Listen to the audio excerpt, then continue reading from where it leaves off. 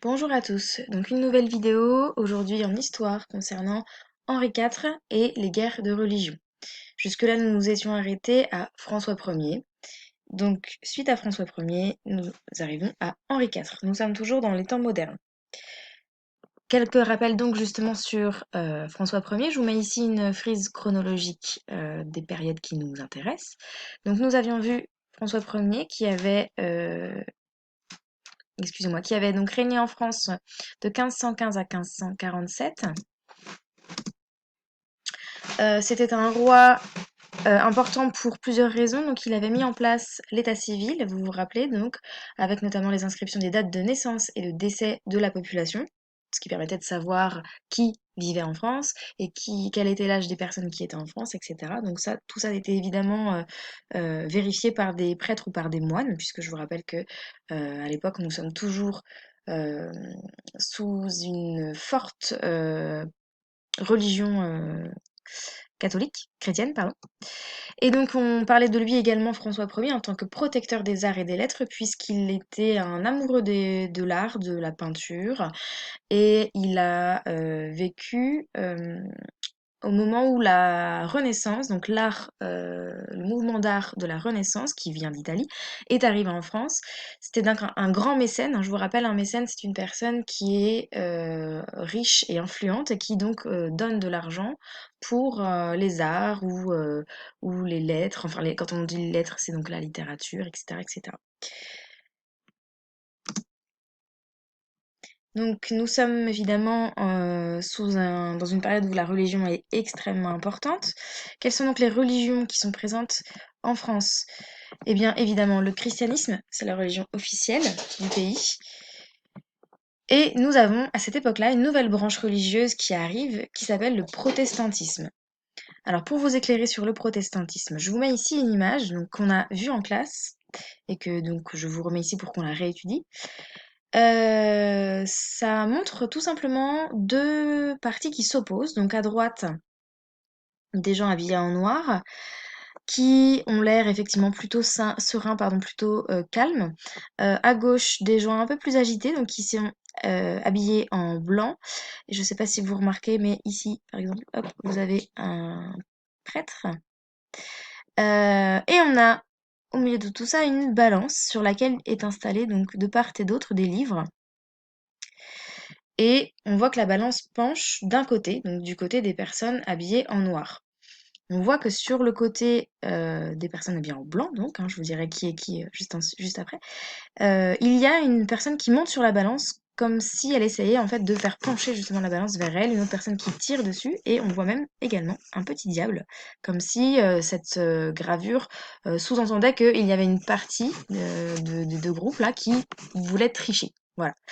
Donc ça représente exactement en fait ce qui se passait au niveau de la religion en France, c'est-à-dire qu'il y avait deux camps qui s'opposaient, à savoir, donc tous les deux viennent du christianisme, hein.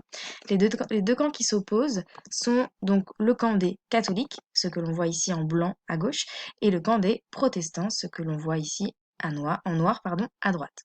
Donc ce sont vraiment ces deux camps-là qui s'opposent, alors même qu'à la base, hein, ils viennent évidemment de la même du même socle religieux, puisqu'ils viennent tous les deux du christianisme, mais ils ne sont pas tout à fait d'accord, les catholiques et les protestants, sur la manière dont on doit lire la Bible et donc dont on doit vivre la religion chrétienne, excusez-moi.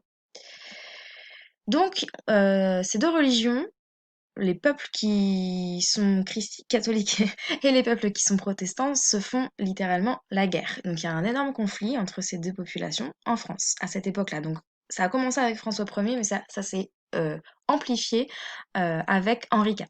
Donc là, je vous ai mis deux images qui représentent vraiment la discordance, les désaccords qu'il y a entre les catholiques et les protestants. Donc à gauche, vous voyez ici, donc c'est écrit en bas, hein, c'est donc une caricature de Luther, donc qui est le représentant des catholiques à l'époque. Il s'appelle Luther, c'est le chef des pardon, excusez-moi, c'est le chef des protestants. Voilà, ce sont les catholiques ici qui ont enfin qui ont créé cette illustration. Et ils ont donc représenté Luther ici, chef donc des protestants, avec, vous voyez, donc une cornemuse en guise enfin, il y a un bout de son nez qui est transformé en cornemuse. On voit des bouts de cornemuse ici.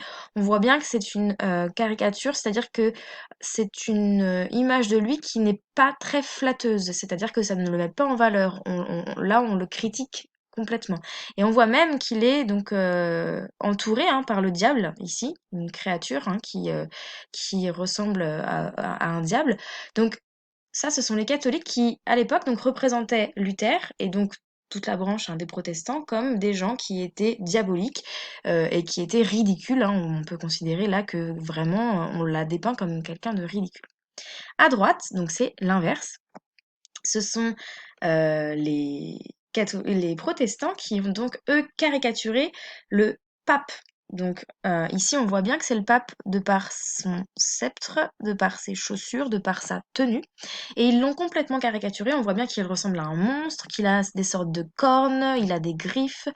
On voit bien que vraiment, il a été complètement transformé pour, pareil, hein, l'amener en ridicule et donc comment dire, le décrédibiliser.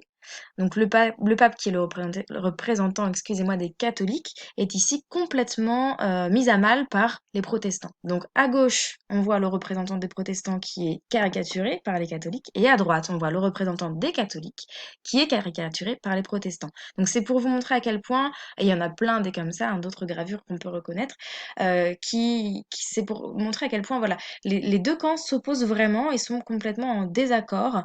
Ils ne s'aiment pas du tout et il y a donc des véritables guerres. Hein. Littéralement, il va y avoir des guerres. Donc des gens vont être tués parce qu'ils sont catholiques et d'autres tués parce qu'ils sont protestants. euh, Parce que, eh bien, à l'époque, la religion est tellement importante, pardon, que on tue lorsqu'on n'a pas la même religion que l'autre. Voilà.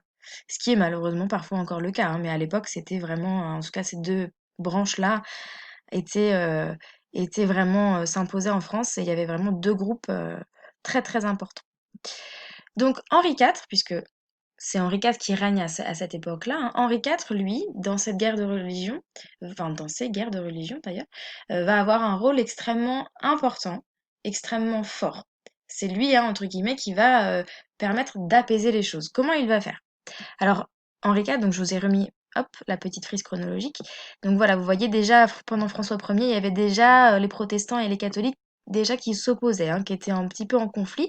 Et là, avant Henri IV, on est complètement passé dans des vraies guerres de religion. Donc Henri IV, il prend son règne en 1593 ou en 1593, hein, il y a deux manières de le dire, jusqu'à 1610. Il sera assassiné en 1610, j'y reviendrai un petit peu plus tard. Donc Henri IV, il règne, finalement pas très longtemps, mais il va régner et avoir une importance pour calmer ces conflits à l'intérieur de la France. Donc entre 1962, donc c'est-à-dire hop, ici, vous voyez, 1962 et 1598, donc un petit peu après le début du règne d'Henri IV, il va y avoir des guerres extrêmement sanglantes, donc des guerres importantes entre les protestants et les catholiques. Donc Henri IV arrive au pouvoir en 1593 et il est roi en 1594. Il y a une petite année pendant laquelle il est au pouvoir mais il n'est pas encore roi. Pourquoi? Parce que justement, et c'est ça qui est intéressant, c'est un protestant à la base, Henri IV.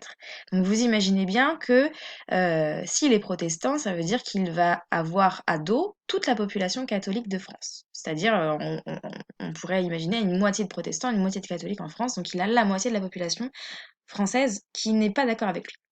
Donc, pour être roi, il va se faire convertir au catholicisme. Parce que sinon, il ne peut pas être roi. Et voilà, le catholicisme, c'est quand même la religion euh, qui est comment dire, qui est guidée par le pape. Hein. Donc le pape, c'est quand même l'éminence suprême à cette époque hein, pour les catholiques. Donc le pape, c'est, voilà, pour être roi, il faut être catholique, parce qu'il faut être bien vu par le pape. Hein. Et donc, ben, Henri IV, qui est protestant, lui, il va devoir se convertir au catholicisme.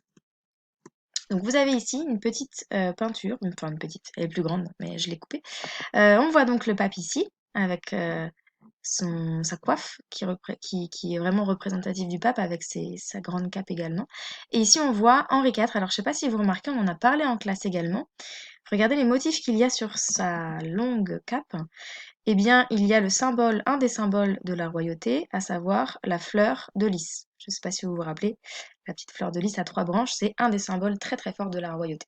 Donc là, il est en train de se faire convertir au catholicisme. C'est une grande étape dans la vie d'Henri IV, hein, puisque là, il va pouvoir devenir roi.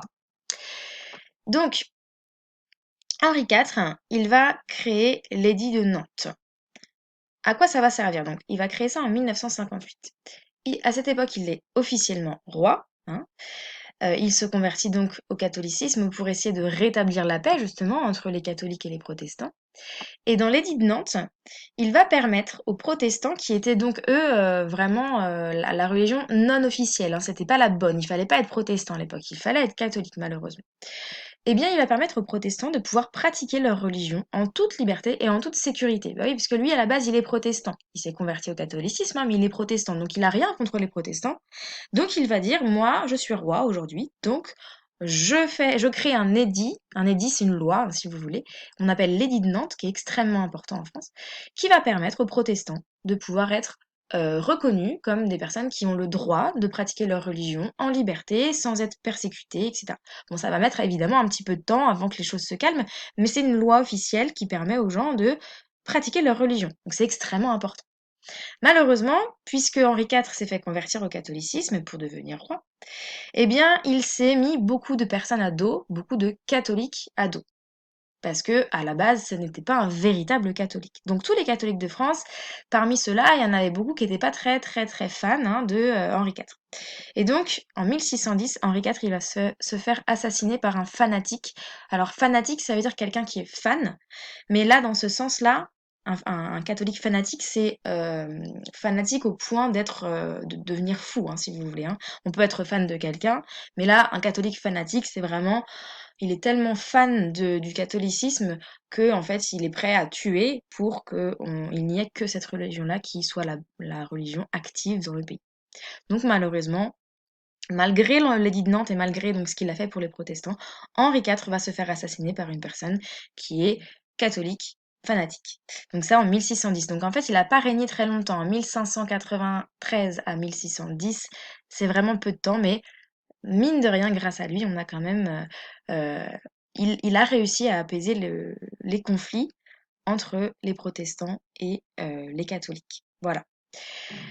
Donc ça c'est une vidéo qui peut être revue, on va revoir ça en classe, enfin on va voir ça, tout ça en classe, mais je vous la mets sur la chaîne YouTube comme ça, au moment de revoir la leçon, etc. S'il y a des choses que vous avez oubliées ou pas comprises, eh bien voilà, la vidéo est là. J'ai remis les mêmes documents que ceux qu'on a vus en classe, enfin ou qu'on va voir plutôt, parce qu'on n'a pas encore vu, au moment où je suis en train de le dire. Donc, c'est les mêmes documents exprès, comme ça vous savez exactement de quoi je parle, il n'y a pas de difficulté. Voilà, je crois que j'ai tout dit, normalement la vidéo, voilà, il n'y a plus d'images. J'espère que ça vous a aidé. J'en referai le plus possible des vidéos d'histoire pour que justement ça puisse être plus facile pour vous de revoir et de comprendre tout ça. Voilà, je vous souhaite une bonne journée à tous. Au revoir.